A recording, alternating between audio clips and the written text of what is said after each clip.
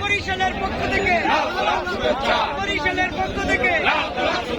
মহানগরের পক্ষ থেকে লাল গোলাপ শুভেচ্ছা বরিশালের পক্ষ থেকে লাল গোলাপ শুভেচ্ছা